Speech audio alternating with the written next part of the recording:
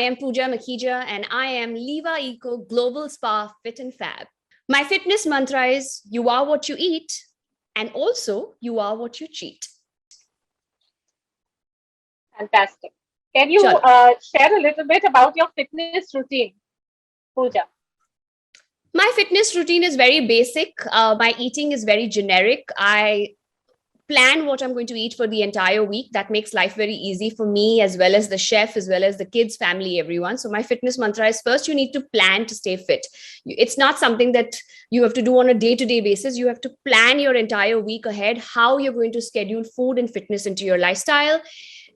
And the only other thing is you have to have consistency. You have to wake up every morning and say one day at a time. It's not something that is you do till you go for the wedding, or till I lose X kilos, or till I go on holiday. This is a lifestyle. It has to be basic building blocks of life. And that's how it becomes an inherent lifestyle. It should not be temporary. It should not be a nutritionist diet, a fad diet, a celebrity diet. It has to be your regime. And that's how you're going to always have the results. Nutrition. What are the 3 elements that probably go into the making of a sound diet chart, according to you?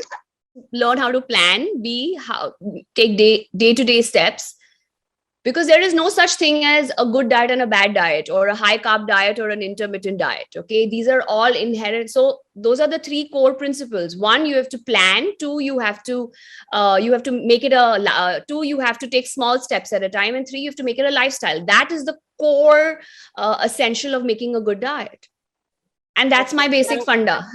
Can you talk a little bit about your concept of wellness? What does wellness actually mean to you? Wellness actually means balance. Okay, there is no one good method of doing this. It's a balance, and no one is going to be a saint always, or no one should be naughty always. It has to be a fair balance. I believe it's an 80-20 rule. So as long as you learn how to do 80% of the time what is good for your health, when you eat to nurture, 20% of the time you can do a little bit of badmashi and eat for taste and eat for pleasure, but majority of the time eat to nurture. Automatically you stay the boss of your life, and everything that you want goes your way, whether it is emotionally, mentally, physically. You stay the boss of your life, and not ologists like diabetologist, cardiologist, or a nutritionist. Okay, so what are those cheat treats for you? For me, it's an occasional cheesecake. It's an occasional indulgence in something that's chocolatey. For me, that's my only sin cheat meals that I love to enjoy. It could be dark chocolate that I love. Sometimes it could be an extra cup of coffee that I also consider myself as a treat too, because too much caffeine isn't something good as well. Right. So then how do you start? See, generally people pig out the entire day and it becomes like a cheat day instead of a cheat treat, right? So what is that piece of advice that you give to somebody who's starting out again, like the following day, and not feeling guilty about having indulged or overindulged the previous day? So always remember, guys, that it's very human to slip. Okay, it's a very human tendency that I made one boo-boo, or I cheated with something, whether it was some cake or a glass of wine. So yes, you're allowed to do that, and you're human. You should give yourself the leeway. But an intelligent human is one where you consider one cheat and then pause. If one block has fallen, you don't make sure that everything falls. Now that I had the glass of wine, let's even have the dessert. Forget about good eating habits. Let's just cheat all day. Monday se start karenge. That's the wrong part.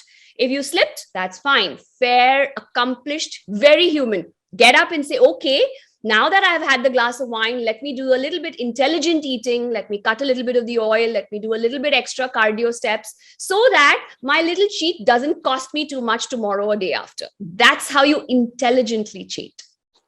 Okay.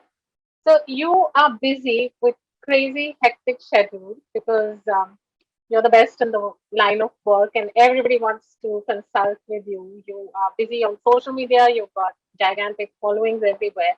How is it that you choose to unwind and strike a balance between family and work?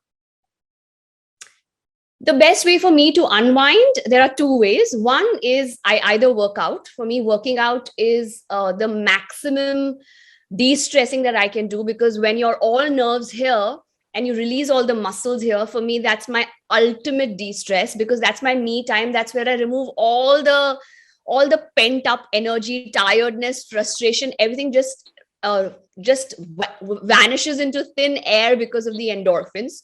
One is that, and when I can't work out, then I plan a holiday, because for me, booking.com and planning is one excitement that completely makes me forget anything that's bothering me and anyone that's bothering me. Okay. So, what is that one problem area that you probably experience as far as you are concerned? Maybe your diet or your intake. It could be just about anything. And how is it that you combat this problem point, this problem area? When it comes to my fitness, Yes, your fitness, wellness, eating. It could be just about anything, but yours, because everybody thinks you're perfect, right? no, I'm not. You look Far from perfect. You perfect. look perfect. The halo's in Um, place. okay, so the one area where I think I sometimes don't fit up to the mark is the number of hours of sleep that I try to clock in. Now, that is Okay. something as crucial as fitness and exercise and good eating habits is your sleep, because your body can only repair, heal, rejuvenate in its sleep. Because I try to balance a little bit too many of the apples in the air, I tend to cut back on sleep to be able to juggle them well. So that's one place where I struggle, and how I try to um, combat that is by giving myself strict deadlines, strict wake up and sleep timings. So I have on my phone set a sleep time reminder. It gives me a 20-minute reminder where I have 20 minutes to wind down whatever I'm doing and jump into bed. So I try to use the technology to remind me and to strictly push me back in bed, just like I do it with my kids. But for me, I use that to be strict for myself. Yes. Okay, that's so cute.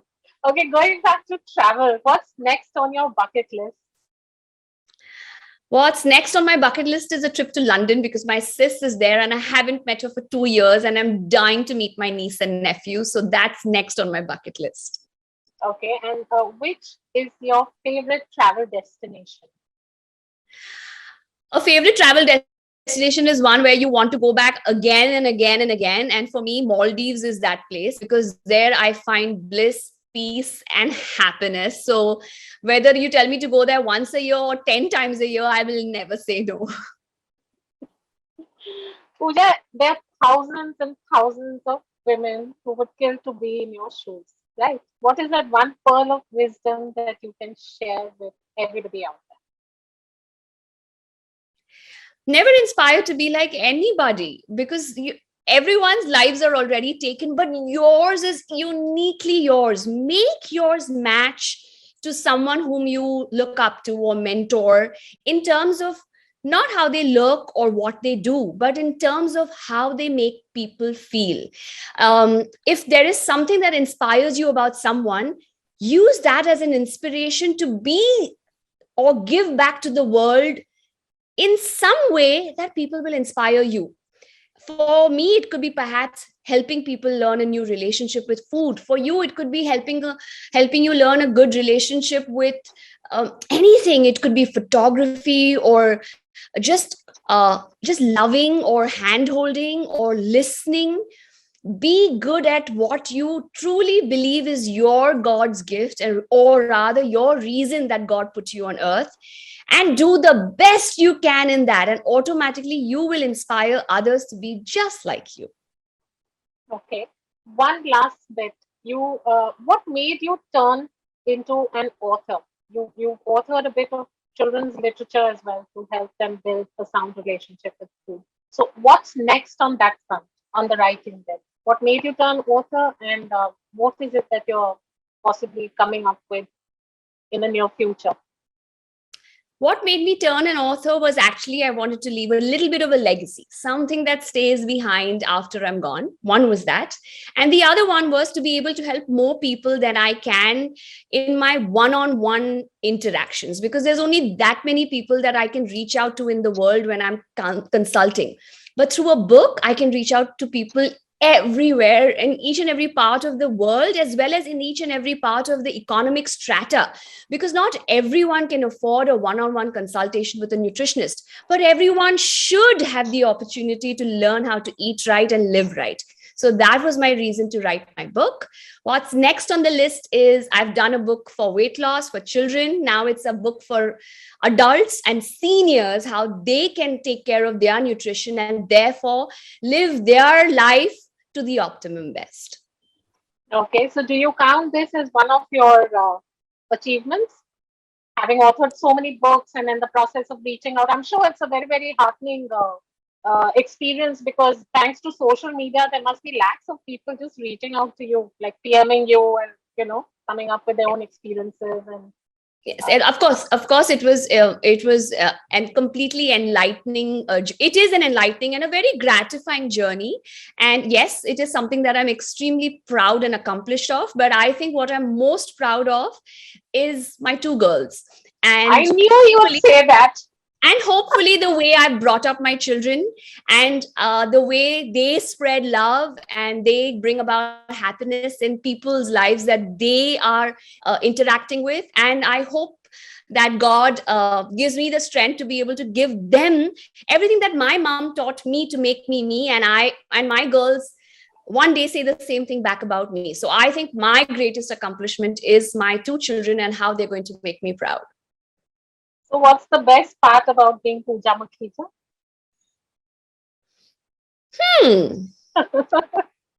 What's the best part? That's a good question. I get blessed every day. That's the best part.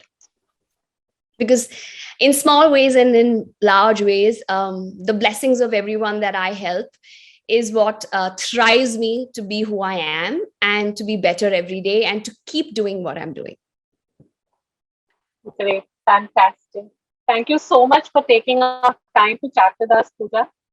As always, it's been an energizing conversation. My pleasure. Thank you so much. Yeah. Thank you. Bye-bye. Bye-bye.